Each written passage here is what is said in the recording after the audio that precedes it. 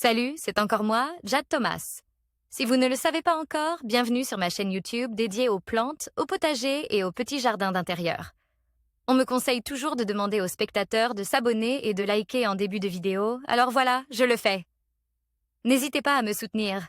Bon, je sens que je commence à trop parler. Passons directement au sujet de la vidéo d'aujourd'hui. Bonjour à tous. Aujourd'hui, je vais aborder un sujet qui me tient particulièrement à cœur, l'impact des mégots de cigarettes sur nos pots à fleurs. Vous serez surpris d'apprendre combien de personnes jettent leurs mégots dans les plantes, pensant que cela ne pose pas de problème. Dans cette vidéo, je vais vous expliquer pourquoi il est crucial de ne pas faire cela, les conséquences sur la santé de nos plantes. Et des alternatives simples pour gérer vos déchets. Restez avec moi pour découvrir comment prendre soin de notre environnement tout en préservant la beauté de nos espaces verts. Par Larry Hodgson, 24 juillet 2018. Pas de mégots dans les pots à fleurs. Pancarte utilisée dans une campagne montréalaise pour encourager les fumeurs à ne pas utiliser les pots à fleurs comme cendrier. Source, Ville. Montréal. QC. SACIM à Montréal, en 2017, au moins 60 incendies, causant plus de 8 millions de dollars de dommages, ont été causés par des mégots de cigarettes jetées négligemment dans des pots à fleurs, des jardinières et des plates-bandes selon le service de sécurité incendie de Montréal.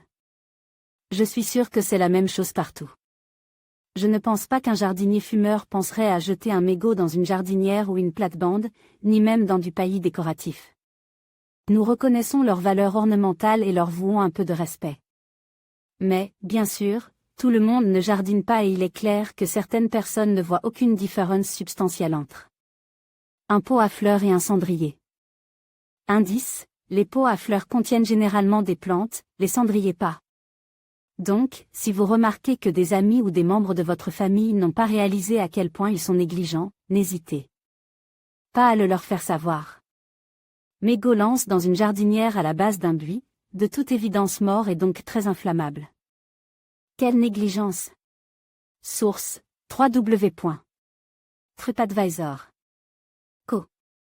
UK. Il y a toutes sortes de produits inflammables dans les pots de fleurs, paillis, plantes, feuilles mortes, tourbes horticoles, etc. D'ailleurs, même la terre peut s'enflammer si elle est vraiment sèche. Donc, il n'est pas du tout logique d'y écraser des cigarettes. Vous ne devriez pas non plus jeter des mégots de cigarettes par la fenêtre d'une voiture, dans une poubelle, dans une zone boisée. Dans un pré ou d'ailleurs à tout autre endroit, à l'exception d'un cendrier. Et il y a des cendriers en pleine vue dans presque tous les espaces publics et même des cendriers portatifs que les fumeurs peuvent transporter sur eux. Ainsi, il n'y a vraiment aucune raison d'utiliser des plantations pour écraser un mégot. Sachez qu'il peut falloir jusqu'à 4 ou 5 heures entre le moment où une cigarette est éteinte et l'apparition de la première flamme, de sorte que le fumeur peut ne jamais réaliser que c'est lui qui a causé l'incendie. Tout cela est facile à régler, les mégots de cigarettes doivent toujours aller dans un cendrier dédié et à absolument nul autre endroit. Agir autrement, c'est risquer non seulement de causer des dommages matériels, mais aussi de menacer des vies humaines. Et si vous êtes propriétaire d'une jardinière qui est souvent la proie de fumeurs insouciants, peut-être près d'un restaurant, d'une place publique, d'un marché, etc. Pensez au moins à utiliser un paillis lignifuge, comme le bois minéralise, dans votre pot. Cela diminuera de beaucoup les risques d'incendie.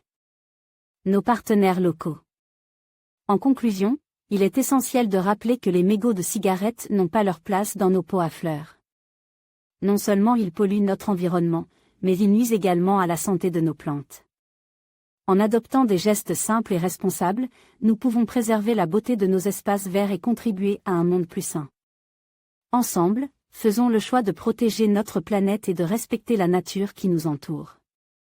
Merci de votre attention et à bientôt pour d'autres conseils éco-responsables.